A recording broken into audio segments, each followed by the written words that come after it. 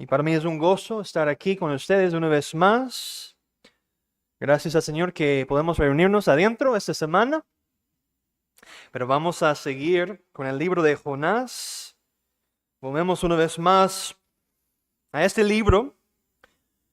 Y ya el Señor ha estado obrando grandemente entre nosotros por medio de la predicación de su palabra. Hemos visto la huida de Jonás, su intento de huir de la presencia del Señor. Vimos cómo el Señor lanzó una gran tempestad contra el barco, mostrándonos la soberanía absoluta de Dios sobre todas las cosas. Y vimos, muy importante, la obra incansable de Jehová al ir tras los pecadores, viniendo a ellos por medio de Jesucristo y mostrándoles una misericordia que ninguno de nosotros merece, sino que es Dios. Y esto nos lleva ahora al versículo 13. Vamos a enfocarnos el día de hoy en los versículos 13 al 16. Tienen que esperar una semana más para escuchar la historia sobre el pez. Pero vamos a enfocarnos aquí, en este pasaje, en estos versículos, el temor de Jehová entre los gentiles. Para un poquito de contexto, la tormenta aún sigue rugiendo. Jonás ha revelado a los marineros que está intentando huir quién es él y que él adora al Dios del cielo y de la tierra, el creador de todas las cosas visibles e invisibles.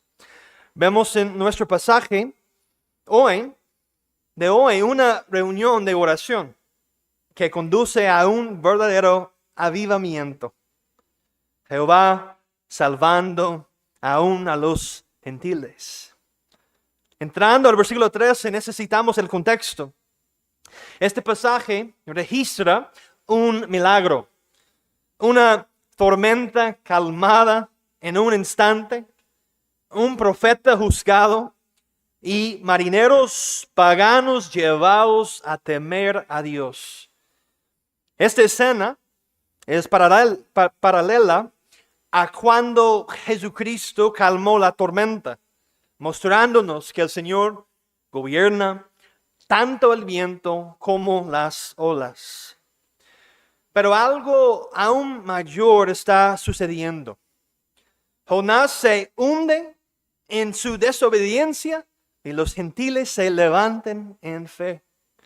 Y debemos decir con cuidado, ¿fue bueno que Jonás desobedeciera para que estos hombres fueran salvos? No, el pecado sigue siendo pecado. Y sin embargo, Dios en su sabiduría soberana usa aún el pecado para cumplir sus propósitos. Como con José. Lo que el hombre pensó para mal, Dios lo encaminó a bien. Pongamos ahora nuestra atención en el versículo 13, donde dice: y aquellos hombres trabajaron para hacer volver la nave a tierra, mas no pudieron, porque el mar se iba embraveciendo más y más contra ellos. Entonces clamaron a Jehová y dijeron: te rogamos ahora, Jehová, que no perezcamos nosotros por la vida de este hombre, ni pongas sobre nosotros la sangre inocente. Tomaron a Jonás y lo echaron al mar, y el mar se aquietó de su furor. Y temieron aquellos hombres a Jehová con gran temor, y ofrecieron sacrificio a Jehová e hicieron votos. La hierba se seca y la flor se cae, mas la palabra del Señor permanece para siempre. Vamos a ver 4 puntos el día de hoy. Primero, una resistencia fútil a la voluntad de Dios, en el versículo 13. En segundo lugar, un reconocimiento creciente de la soberanía de Dios, versículo 14. En tercer lugar, una obediencia temorosa al mandato de Dios, versículo 15.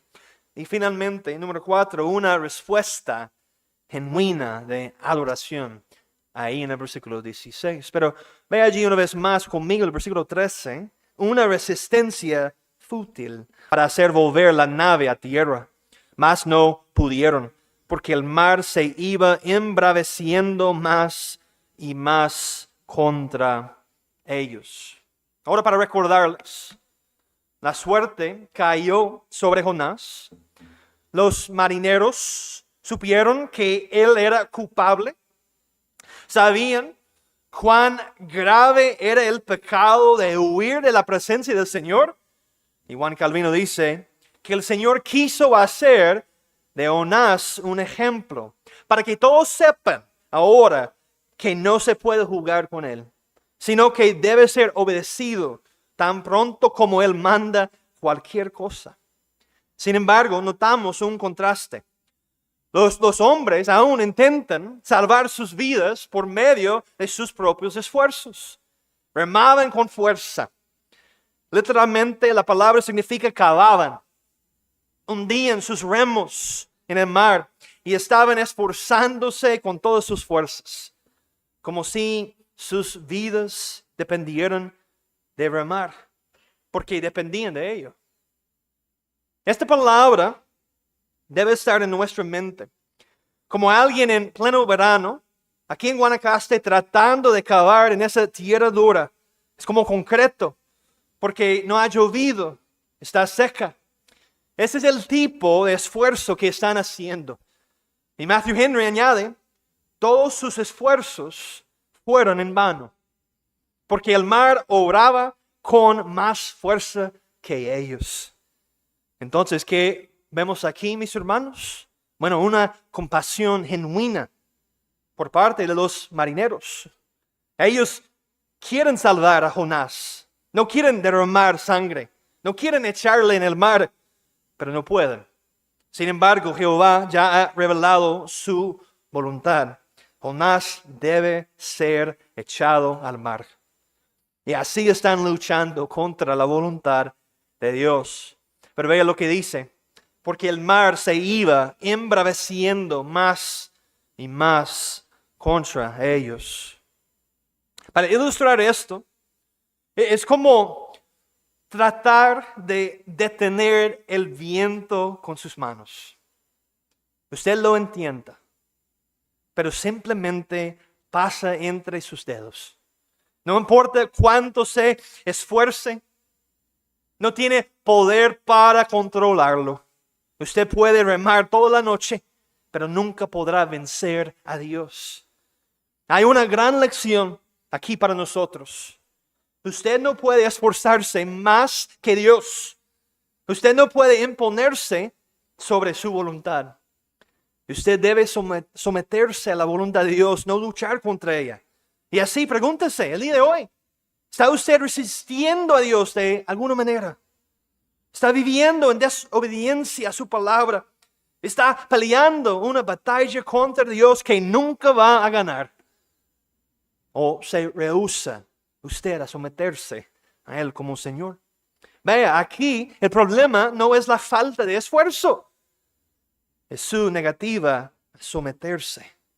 Dios hará que su resistencia sea inútil. Dios lo humillará de una manera u otra. Pero miren nuestro pasaje ahora en el versículo 14. Vemos que la misericordia de Dios sigue manifestándose en la vida de esos marineros, mientras hay un reconocimiento creciente de la soberanía de Jehová.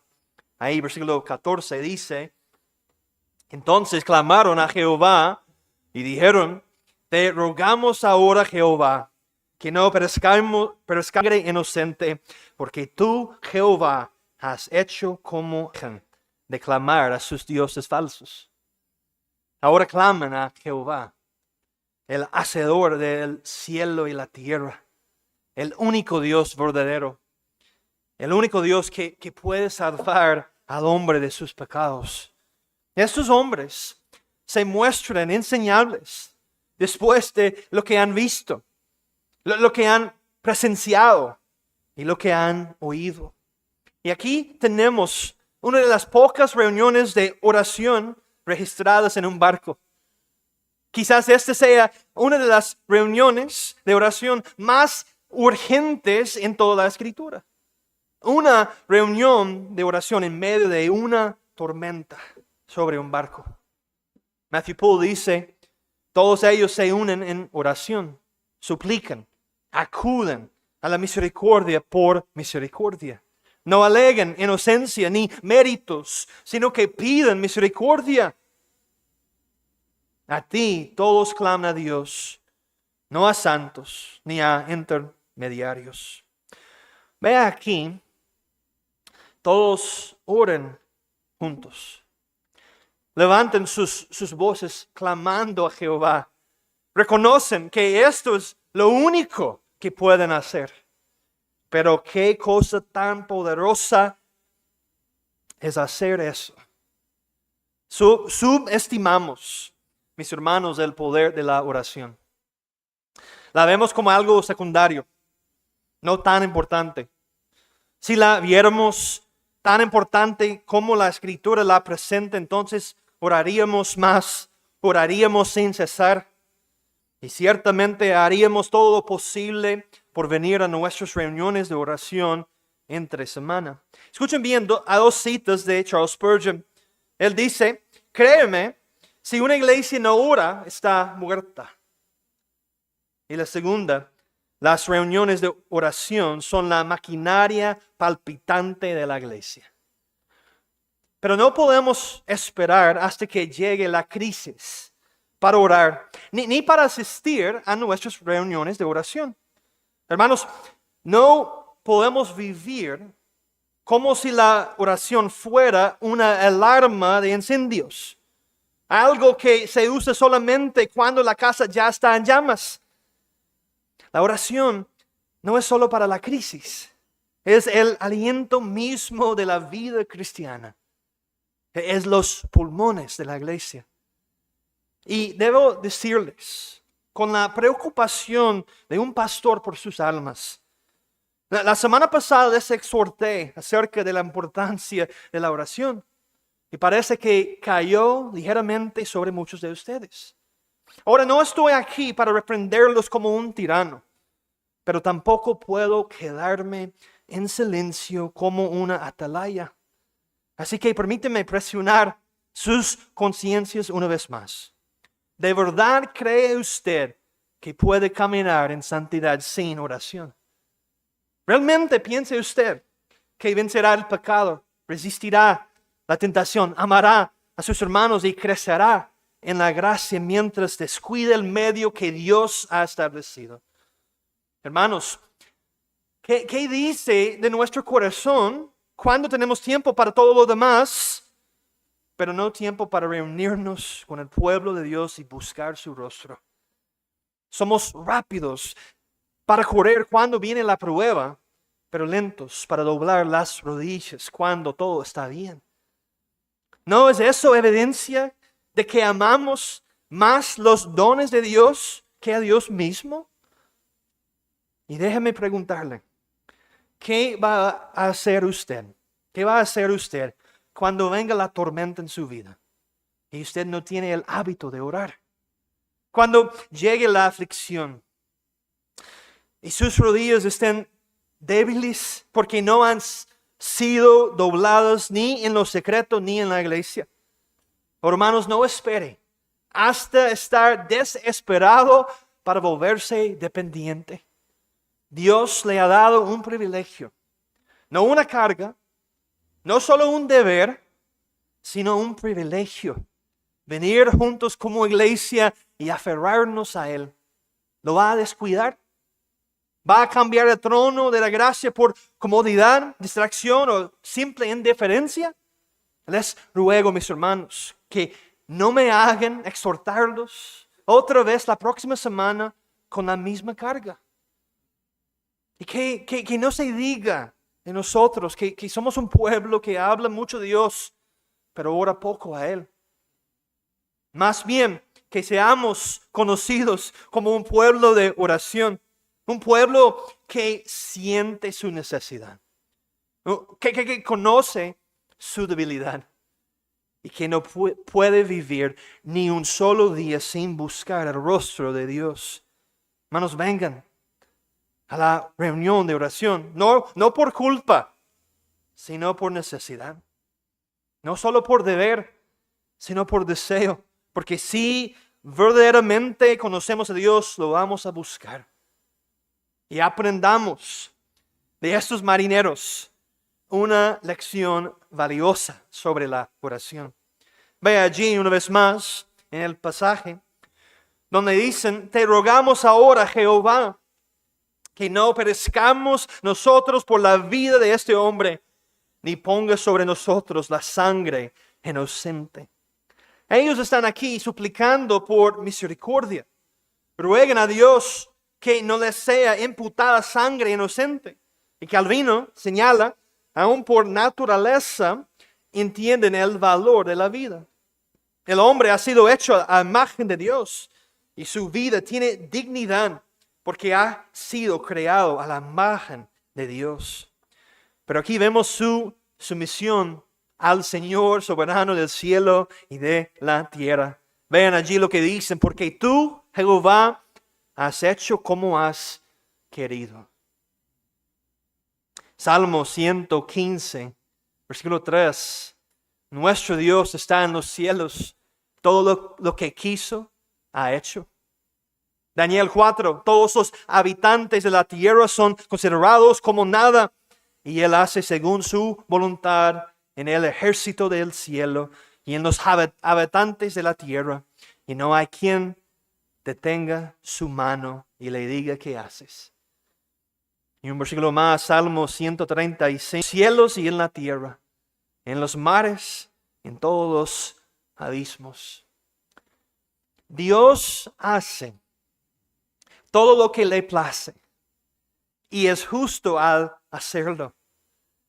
No se trata de nosotros, ni de lo que queremos o deseamos, sino de Dios, de todo lo que Él quiere, de todo lo que Él desea.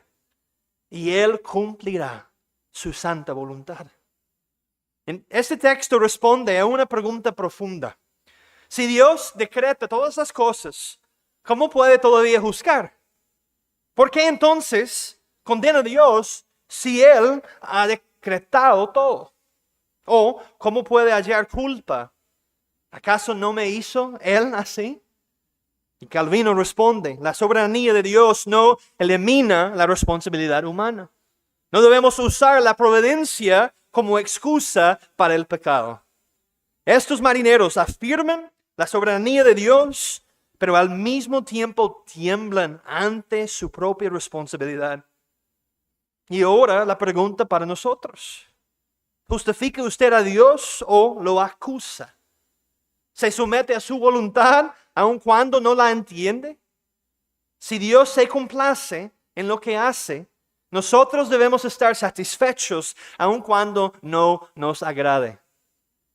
Y si no nos agrada, debemos orar para que el Señor cambie nuestro corazón. No hay nada malo en Dios, pero sí hay algo malo en nosotros, tal como Jonás. Debemos descansar en la soberanía de Dios. Ahora esto nos lleva a considerar el versículo 15. Nuestro tercer punto: una obediencia temerosa al mandato de Dios. Dice, versículo 15: y tomaron a Jonás y lo echaron al mar, y el mar se aquietó de su furor. Finalmente, aunque con mucha resistencia, toman a Jonás y lo lanzan al mar. Aquí hay otra lección importante para nosotros. Vean, ellos oran antes de actuar. No actúan de manera apresurada, sino que bañan sus decisiones en oración delante de Dios y luego obedecen. Toman a Jonás y lo echan al mar. Lo lanzan con fuerza, así como el Señor había lanzado la tempestad contra el barco. La misma palabra. E inmediatamente todo se calma. Un milagro divino ocurre delante de sus ojos. Y esto no fue algo gradual, no fue coincidencia, fue de un instante, en un momento. Esta prueba, sin ninguna duda, que Dios estaba buscando a Jonás. Este es el verdadero Dios, el que tiene dominio absoluto sobre todo, aún sobre el viento y el mar. Pero aquí hay una imagen muy poderosa. Un hombre es echado al mar y otros son salvados. Pero Jonás es un sustituto pecador, un sustituto renuente. Pero Jesucristo es el sustituto perfecto. Él entró voluntariamente al juicio, no por una sola embarcación, sino por pecadores. Todos los que vienen a Cristo por la fe, Él ha dado su vida por ellos. Y qué noticia tan maravillosa es esta. De Dios mismo tomó forma de hombre. El gran Dios hombre, Jesucristo, vino a este mundo, vivió una vida perfecta en obediencia a Dios. No pecó ni una sola vez. Fue llevado a la cruz, donde fue crucificado, brutalmente muerto en lugar de pecadores. Pero no permaneció muerto. Resucitó de entre los muertos y resucitó victoriosamente. Oh, qué Salvador. Qué Salvador tenemos. Y ahora llegamos al versículo clave de este pasaje, el versículo 16, donde vemos la respuesta de los marineros ante las maravillosas obras de Dios. Ahí en versículo 16, una respuesta genuina de adoración. Dice, y temieron aquellos hombres a Jehová con gran temor, y ofrecieron sacrificio a Jehová, e hicieron votos. Y aquí vemos el fruto. Temor. Ellos temieron no solo la tormenta, sino al Señor. Y Calvino señala que esto es el reconocimiento de que Dios es rey sobre el cielo y la tierra, y sus ídolos anteriores quedan expuestos como nada. Y siguiendo a Calvino, él nos ayuda a entender que no todo temor es igual. Hay un temor natural, el temor al peligro, como el de esos hombres en medio de la tormenta, no quieren morir. Pero también hay un temor servil, el temor al castigo, el miedo a las consecuencias, el miedo al juicio. Pero hay un tercer tipo de amor, y ese es el que realmente importa. El temor verdadero de Dios, nacido de fe. Reverencia es un temor que lleva la sumisión a Dios. Un temor que se inclina delante de Él. Un temor que reconoce su grandeza y que es, como dice la Escritura, el principio de la sabiduría. Pero escuche bien esta advertencia. No todo temor es salvador.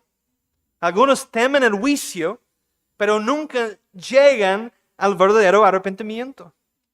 Hay personas que solo temen a Dios, temen el castigo. Pero ese temor no los lleva a nada más.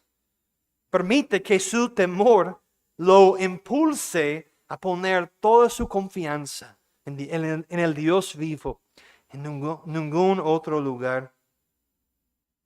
Pero en segundo lugar vemos un sacrificio de ellos. Y ellos ofrecen algo de lo suyo a Dios. Quieren dar a Dios. No como si estuvieran tratando de ganar su salvación, sino en gratitud. Como respuesta a las maravillosas obras de Dios, a cómo Él los ha salvado y preservado. Y en tercer lugar, vea allí, una vez más en el versículo 16, votos. Hacen votos. Hacen un compromiso solemne delante del Señor, de ahora vivir para Él. Calvino dice, cuando pues los marineros hicieron voto a Dios, renunciaron a sus propios ídolos. Antes clamaban a sus dioses, pero ahora entienden que habían clamado en vano y sin ningún provecho. Como si hubieran lanzado sus voces al aire. Ahora entonces hicieron sus votos al único Dios verdadero, porque sabían que sus vidas estaban en su mano. Estos hombres, según parece, son verdaderamente convertidos, librados de su pecado, y ahora adoran al único Jehová verdadero, renunciando a todo ídolo falso y a todo Dios falso. Pero ahora, mis hermanos y mis amigos, la Escritura viene a nosotros, directamente a nuestras vidas, y debemos procurar aplicar estas verdades a nuestros propios corazones. Primera, ¿tiene usted un temor santo de Dios? ¿Teme usted a Dios o solo a las consecuencias? ¿Ha producido su temor adoración, sacrificio y compromiso en su vida? Juan Gil señala algo impactante. Jonás se negó a predicar a los gentiles y aún así Dios salvó a los gentiles. Dios cumplirá sus propósitos, aún por medio de siervos desobedientes. Es algo solemne cuando los paganos responden mejor que el pueblo de Dios. Pero amigo, escúcheme bien. El propósito de este pasaje es mostrarle su necesidad por Cristo. Usted necesita un Salvador. Y se lo digo con amor, con sinceridad, como quien se preocupa por su alma. Usted no puede salvarse a sí mismo. Usted puede esforzarse, puede intentar cambiar, puede tratar de ordenar su vida, pero nada de eso puede quitar su pecado, ni reconciliarlo con Dios. Este pasaje no solo le informa, le está llamando.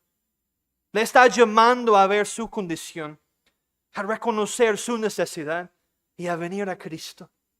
No endurezca su corazón. No deje esto para otro día. Venga a Cristo tal como está, con su pecado, con su carga, con su necesidad. Porque Cristo recibe a pecadores. Él es el Salvador, un Salvador dispuesto, un Salvador suficiente para nosotros, un Salvador misericordioso.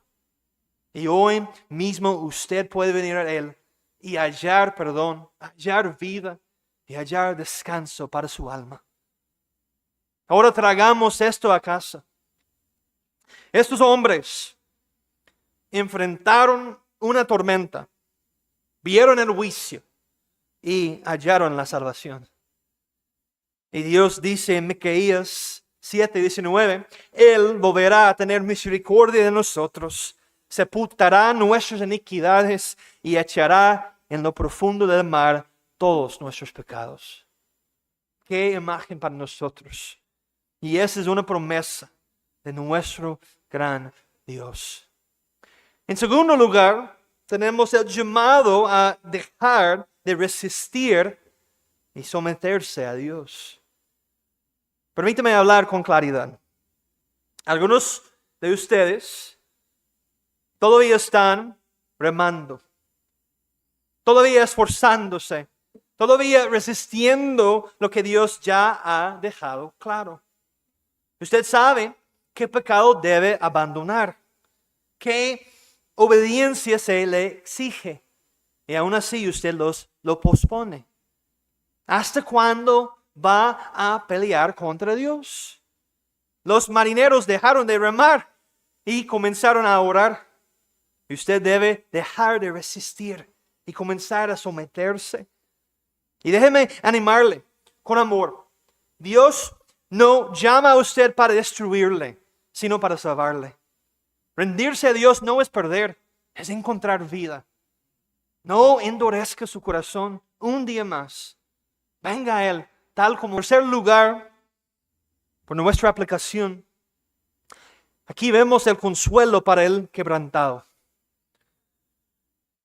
Permítame hablarle a aquel que se siente convencido de su pecado, avergonzado, consciente de su condición. Escuche esto y tenga esperanza. Dios persiguió a Jonás y él lo está persiguiendo a usted. No dejó ir a Jonás y no lo dejará ir fácilmente a usted. Aún la tormenta era misericordia. Era persecución divina, si puedo decirlo así. Era la gracia de Dios. Ese mismo que está perturbando su vida puede ser Dios atrayéndolo a sí mismo. Venga a Cristo, derrame sus cargas sobre Él. Cristo dice, venid a mí todos los que estáis trabajados y cargados, y yo os haré descansar. Jeremiah Burroughs, un puritano, predicador, pastor, dice, cualesquiera que sean sus temores y sus aflicciones, aún así venga y eche todas sus cargas sobre mí. Estoy dispuesto a llevarlas todas. Mire su hermosura, su gracia, su misericordia. Dice Christopher Love, en la tierra los cristianos disfrutan de Cristo por gotas. En el cielo lo disfrutarán en la plenitud de un mar. En cuarto lugar, aquí tenemos un llamado fuerte para la iglesia. Que seamos una iglesia dedicada a la oración. Debemos ser una iglesia de oración. Otro puritano, Stephen Edgerton, dice, los hombres se alegran cuando hablan con un rey terrenal y son invitados a su mesa para comer. Nos alegramos nosotros cuando venimos delante del Rey del cielo y de la tierra para hablar con Él en oración y tener comunión con Él. Que esa sea nuestra oración. No que Dios nos dé más comodidad. No que nos dé más facilidad, sino que nos dé más de Él mismo. Más verdadero temor, más reverencia y más amor. Thomas Valentine dice, los que son afligidos por Dios en pruebas deben orar para ser mejorados antes que ser librados. Porque es mejor perderlo todo y ganar a Dios que ganar el mundo y perder su alma. Martin Luther dijo una vez, ser cristiano sin oración no es más posible que estar vivo sin respirar. Así que hermanos, no salgamos de aquí siendo los mismos. No salgamos hablando de oración, pero sin orar. Que no se digan a nosotros que conocemos a Dios en palabra, pero vivimos lejos de Él en la práctica. Vayamos a Él. Busquemos su rostro. Clamemos hasta que Él venga y nos transforme en un instante. Porque al final, una iglesia que ora es una iglesia que vive. Y una iglesia que no ora ya ha comenzado a morir. Que el Señor nos auxilie, mis hermanos. Oremos. Nuestro Padre, estás en los cielos. Aquí venimos delante de ti, confesando nuestros pecados.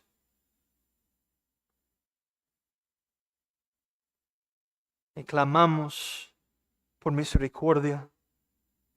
La misericordia que solo viene de ti. Gracias, Señor, por revelarnos esas cosas. Y ayúdanos a ser fieles. Oh, Señor, obres en nuestros corazones. Que no salgamos de aquí fríos, pero que salgamos a entender estas cosas. Reconocemos nuestras debilidades, nuestros fracasos, nuestros pecados, oh Señor, pero tenemos a un Salvador más grande que nuestros pecados.